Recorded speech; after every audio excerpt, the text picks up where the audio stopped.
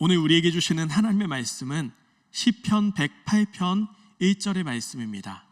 구약성경 884페이지에 있습니다.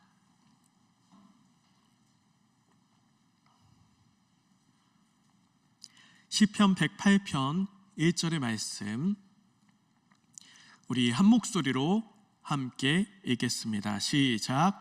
하나님이여, 내 마음을 정하였사오니 내가 노래하며 나의 마음을 다하여 찬양하리로다. 아멘. 오늘 말씀의 제목은 언약입니다. 현재 카이스트 대학의 교수와 또 롯데 디자인센터의 대표를 맡고 있는 배상민 교수는 파슨스 디자인 스쿨 교수를 역임했고, 디자인계의 노벨상이라고 하는 세계 4대 디자인 어워드에서 상을 55번 받았습니다. 그는 기발한 발상과 또 새로운 생각을 하는 자유로운 사람이었는데, 그런데 그의 유년 시절은 우리나라 보수교단인 고신츠의 4대 기독교 집안에서 자란 인물이었습니다. 그는 어릴 때부터 그냥 있으면 친구들이 궁금해했다고 합니다. 무엇을 궁금해했느냐 하면, 쟤는 왜 주일마다 교회를 가지? 저렇게 자유로운 애가 왜 교회를 갈까? 그리고 저놈은 어떻게 저런 기발한 아이디어, 기막힌 아이디어를 내지? 또 저렇게 힘들고 어려운 상황에서 어떻게 좌절하고 포기하지 않고 실망하지 않고 발딱 일어나지? 이런 궁금증을 갖고 질문을 했다고 합니다. 그러면 그는 아주 진지하게 이야기합니다. 나 예수 믿잖아. 난 다르잖아, 인생이. 우리가 처음 하나님을 믿고 다짐했던 결심, 그 순수한 마음을 지키고 계십니까? 예수로 사는 인생에 확신이 있으십니까? 시편 108편은 구원과 승리 되시는 하나님을 노래한 다윗의 찬양시입니다. 그런데 이 구조가 좀 특이한 구성을 갖고 있는데, 전반부인 1절부터 5절은 시편 57편 7절부터 11절의 내용을, 그리고 후반부인 6절부터 13절은 시편 60편 5절부터 12절의 내용을 담고 있습니다. 각각 다른 두 편의 시가 하나로 합쳐진 혼합시라는 겁니다. 먼저 시편 57편에서는 다윗이 아직 왕으로 즉위하기 전 사울을 피해서 굴로 도망했을 때 지었던 시입니다. 그런 어려운 상황, 고난 가운데 다윗은 고백합니다. 시편 57편 7절에 내 마음이 확정되었사오니 내가 노래하고 내가 찬송하리이다. 그리고 시편 60편은 다윗이 왕이 된 이후에, 즉위 초 에돔이란 나라와 전쟁을 할 때 초반에 잠시 패배를 합니다. 그 패배 가운데, 그 고난 가운데 구원을 호소하며 지은 비탄시입니다.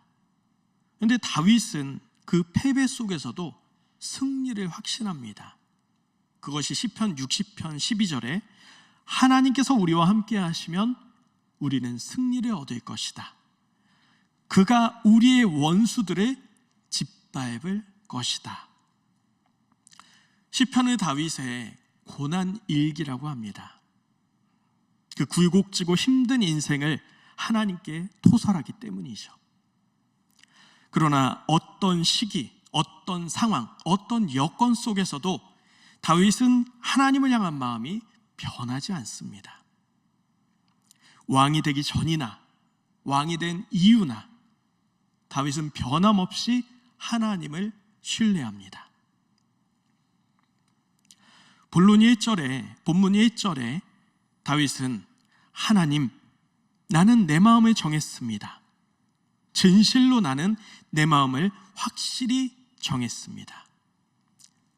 다윗의 정한 마음, 그 신앙의 일관성에 대해서 알아보고자 합니다.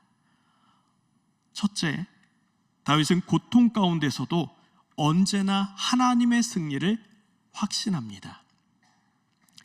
아말렉 앞에서 미친 채 하다가 다윗이 쫓겨났을 때 시편 34편 4절에 내가 여호와께 간구하매 내게 응답하시고 내 모든 두려움에서 나를 건지셨도다. 또 가드에서 블레셋 사람들에게 잡혔을 때 시편 56편 13절에 주께서 내 생명을 사망에서 건지셨음이라. 그리고 사울이 다윗을 죽이기 위해 사람들을 보내어 그 집에 진치고 있을 때는 시편 59편 17절에 나의 힘이시여 내가 주께 찬송하오리니 하나님은 나의 요새시며 나를 긍휼히 여기시는 하나님이심이이다. 다윗은 미래에 아직 이루어지지 않은 일을 이미 이루어진 것으로 확신하며 고백합니다. 살면서 나를 믿어주지 않는 부모, 남편, 아내가 제일 야속하죠. 반대로 누군가 우리를 믿어준다, 나를 신뢰한다, 그러면은 그 믿음에 부응하고 싶은 게 우리네 인생입니다.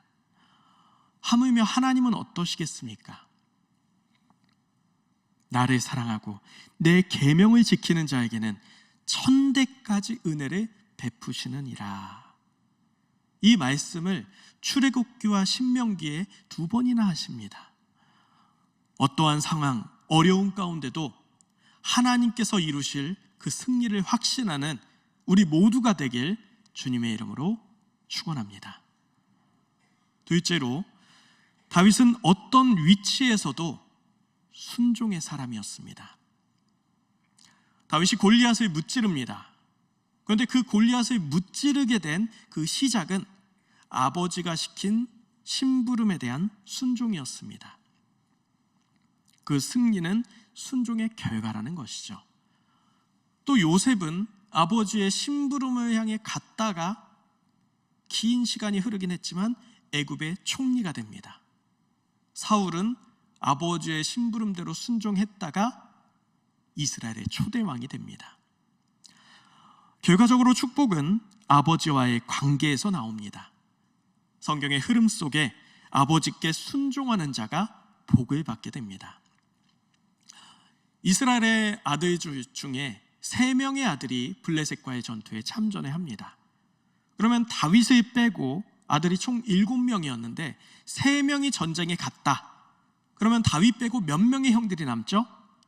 아직 4명의 형들이 집에 있습니다. 그런데 아버지 이새는 그 집에 있는 4명의 형들에게 심부름을 시킨 게 아니라 베들레헴 그 광야에서 양을 돌보고 있는 다윗을 불러다가 그 심부름을 시킵니다. 이새는 왜 형들에게 시키지 않고 다윗에게 심부름을 시켰을까? 자녀를 여럿 양육해 본 분들은 아실 테지만 자녀 중에 말을 잘 듣는 아이가 있죠. 그러면 이 일도 잘 듣는 아이에게 시킵니다. 말 안 듣는 아이에게 일을 시켜봐야 내가 왜 이 일을 하느냐, 그렇게 불만을 토로하고 괜히 얼굴만 붉혀지기 때문이죠. 다윗은 아버지의 심부름에 아버지, 전 지금 양을 치고 있었고 집에 4명의 형들이나 더 있는데 왜 저를 시키세요? 불만을 토로하지 않습니다. 아버지의 심부름은 단순히 옆집에 그냥 조그만 도시락 가져다 줘라, 이 정도의 심부름이 아니었습니다. 다윗이 그 심부름했던 도시락의 수량이 정확히 기록되어 있는데 볶음곡식 1에바, 떡 10덩이, 치즈 10덩이. 근데 이 볶음곡식은 결코 가벼운 무게가 아닙니다. 1에바는 약 15리터로서 그 무게만 해도 24kg 정도 되고요. 또 떡과 치즈 덩이까지 했을 때 다윗이 옮겼던 도시락의 무게는 대략 30에서 40kg 된다라고 추정을 합니다. 그리고 다윗이 있던 베들레헴에서 엘라 골짜기까지의 거리는 약 60리, 그러니까 지금으로 말하면 24km 정도입니다. 성인 남성이 일반적으로 걷는 거리가 1시간에 4km, 그러면은 대략 6시간에 쭉 걸어야지 도착하는 게 그 그 심부름이었습니다. 다윗은 이렇듯 어릴 때부터 순종의 사람이었습니다. 그리고 다윗은 성인이 되어서도 변함없이 순종의 일관성을 갖습니다. 나단 선지자가 다윗을 찾아왔고 죄에 대해 책망할 때입니다. 다윗이 대단한 것은 전쟁을 엄청 잘한다거나 또 엄청난 능력, 완벽해서가 아닙니다. 나단 선지자가 다윗을 책망할 그때 다윗은 곧바로 회개한 것, 그게 다윗의 위대한 점이고 하나님은 그 다윗에게 영원한 왕조를 약속하십니다. 하나님께서 성도에게 우선적으로 요구하는 자질은 죄를 발견했을 때 곧바로 회개하는 모습, 그 회개의 모습을 하나님이 원하시고 기뻐하십니다. 다윗은 왕임에도 불구하고 나단 선지자가 찾아와 책망할 때, 죄를 이야기할 때 곧바로 무릎 꿇고 회개합니다. 사실 일국의 왕으로서 이렇게 곧바로 회개한다는 게, 죄를 고백한다는 게 결코 쉬운 일이 아닙니다. 오히려 윽박을 지르면서 이럴 수도 있습니다. 아니, 내가 왕인데 이 정도도 못해? 아니, 내가 10명의 여자를 취했어, 100명을 취했어, 1000명을 데려왔어.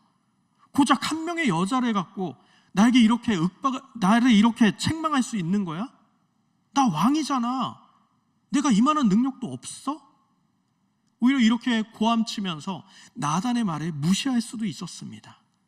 아니, 오히려 심지어는 나단을 그냥 조용한 대로 끌어다가 죽일 수도 있었습니다.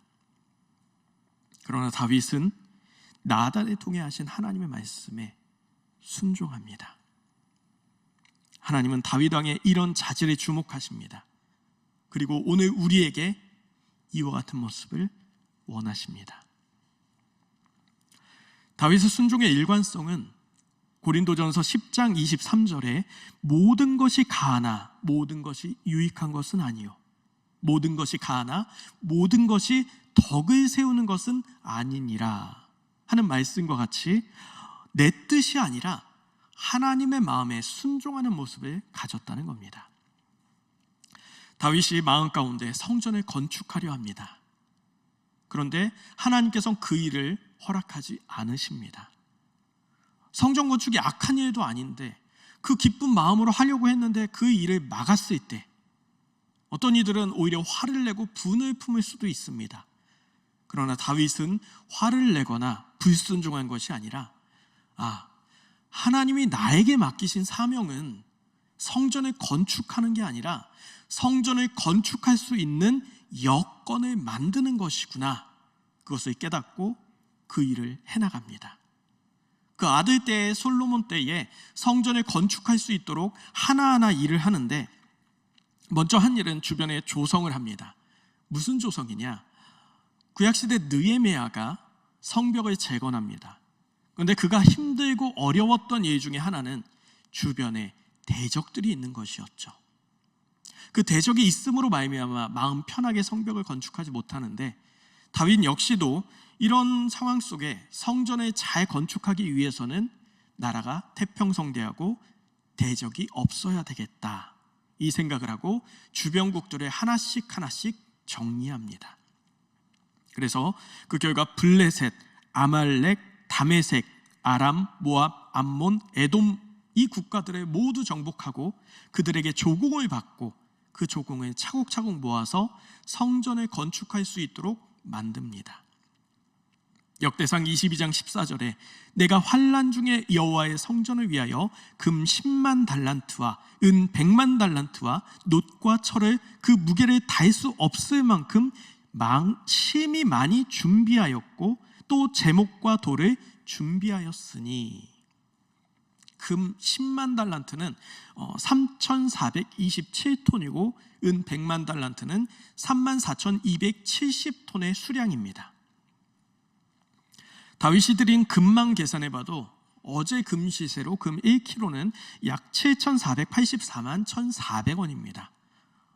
그런데 10만 달란트라고 했으니까 원화로 계산을 하면은 약 256조 4,800억 원 정도가 됩니다. 로마 황제 가이사도 평생 이만큼의 금을 소유하지 못했다고 합니다. 반면 우리는 일관성 없는 신앙을 가질 때가 있습니다. 하나님의 말씀을 내 상황과 내 여건에 맞추어서 예외적인 상황을 만들고 말씀을 아주 융통성 있게 개인적인 기준에 맞추어서 이리저리 바꾸고 나의 욕구와 편리성에 맞추려 합니다. 민수기 22장 21절부터 30절에 기록된 발람은 부올의 아들이며 주술가였습니다. 이 사람은 이방인인데 성경에 나오는 인물 중에 아마 가장 알 수 없는 인물인 것 같습니다. 희한한 캐릭터라 생각을 합니다. 그는 때론 하나님께 응답을 받기도 했습니다. 그래서 그를 비이스라엘인 선견자라고도 말합니다. 그는 점을 치고 누군가를 저주하는 일을 했는데 그게 얼마나 잘 맞고 딱 맞았는지 주변에서 점점 소문이 나서 모여들었던 겁니다.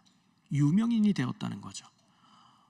출애굽한 이스라엘 백성들이 한 걸음 한 걸음 가나안을 향하는 여정 속에 그 앞에 모압이 있습니다. 이 모압이란 땅은 사실 시돈이란 나라를 두려워했던 땅인데 시돈이 이스라엘에 의해 패배합니다.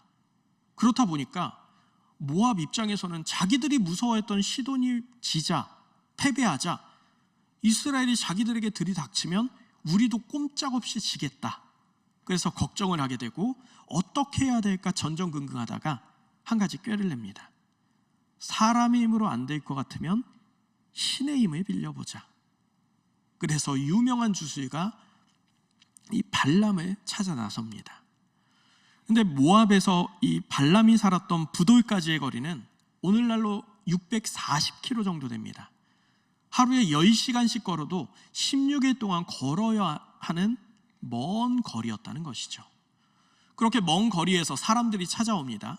그래서 발람에게 우리와 함께 가십시다. 우리가 좀 부탁할 일이 있습니다. 많은 돈 드리겠습니다. 우리 같으면 어떻게 할 것 같으세요? 그런데 발람은 이렇게 말합니다.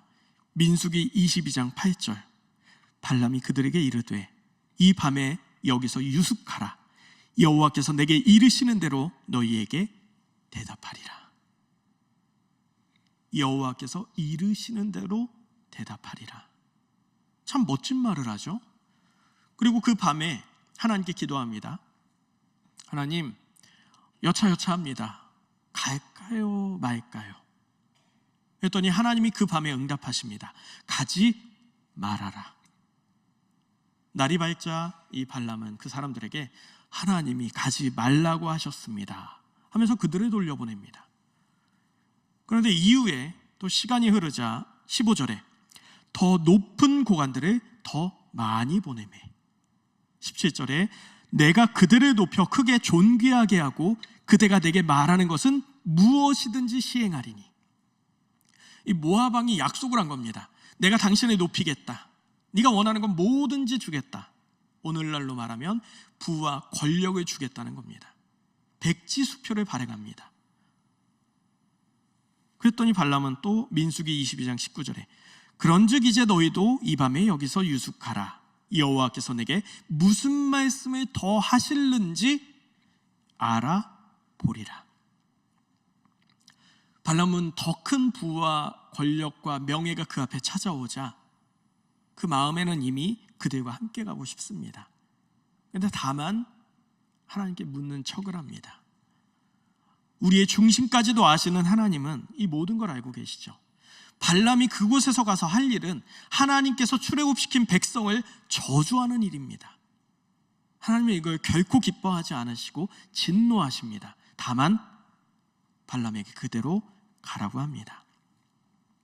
가지 말라고 해도 갈 테니까요.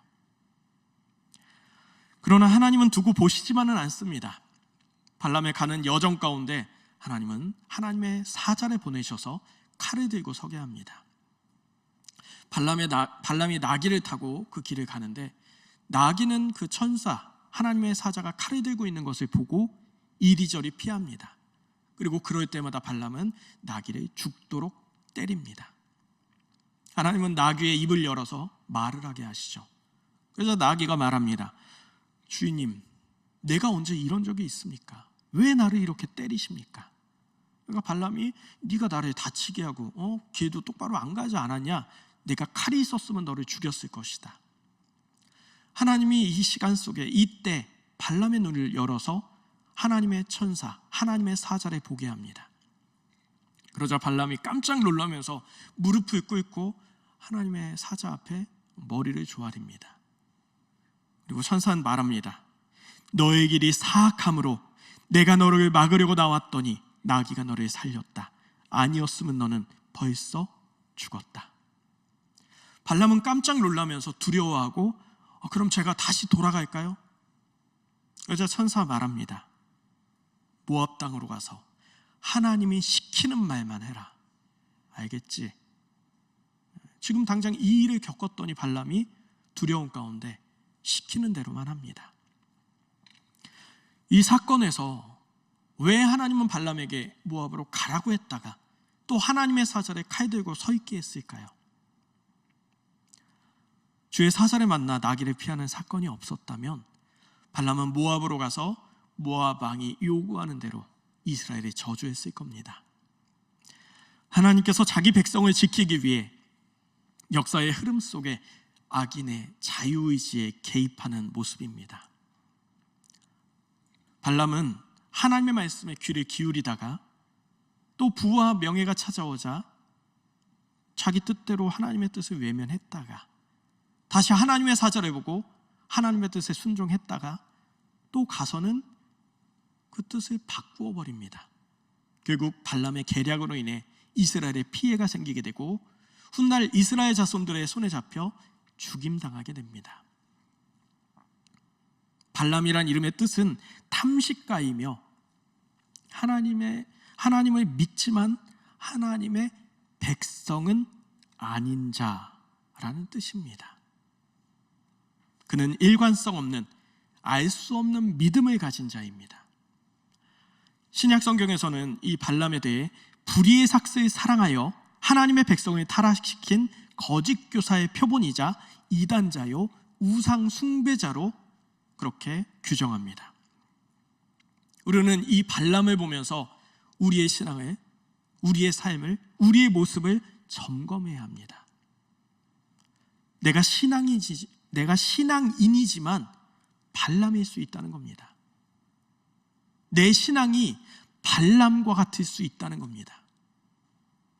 괴물 같은 신앙인, 물귀신같이 누군가를 늪으로, 수렁으로 빠뜨리는 신앙의 모습을 내가 가질 수 있다는 겁니다.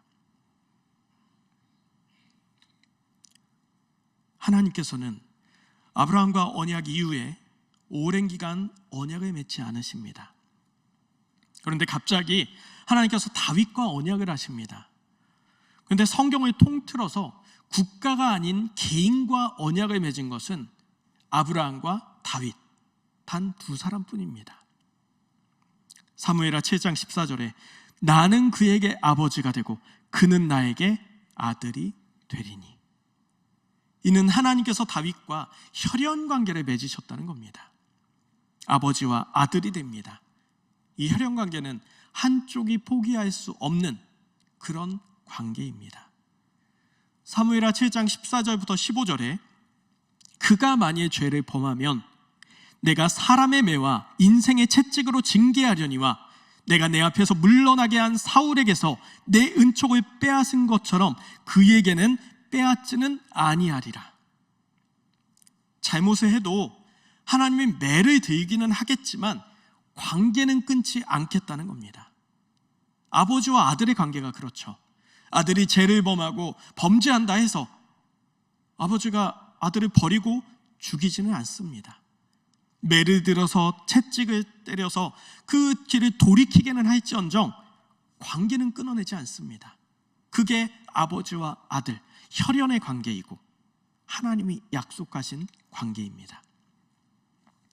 사무엘하 7장 14절에 다윗에게 하신 이 언약이 히브리서 1장 5절에 똑같이 말씀합니다. 내가 그에게 아버지가 되고 그는 내 아들이 되리라. 여기서 아버지는 하나님이고 아들은 예수님입니다. 하나님은 천사들에게도 하지 않았던 이 말을 다윗에게 하셨습니다. 하나님께서 다윗에게 예수님과 동일한 말씀으로 언약을 맺으셨다는 겁니다. 하나님께서 인간과 혈연 관계를 맺으셨고, 그래서 다윗의 후손 가운데 예수 그리스도가 오십니다. 여러분은 하나님과 언약의 관계이십니까?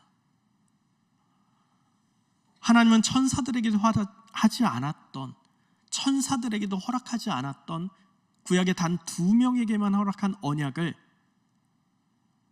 예수 그리스도의 은혜를 통해 우리에게 허락하십니다. 그분을 믿기만 하면 하나님의 영광에 이르를 수 있게 하십니다. 지금 하나님께서 우리와 언약을 맺으십니다. 너는 내 아들이라. 오늘날 내가 너를 낳았도다. 너는 내 아들이라.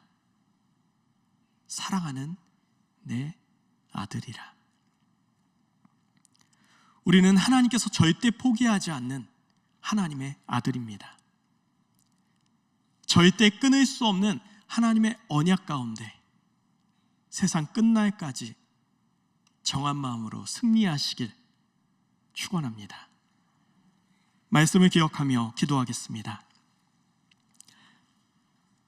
언약 백성된 주의 자녀로 우리가 정한 마음을 품고 승리하는 삶 살기 위해 주님의 이름 한번 부르고 동성으로 기도합니다.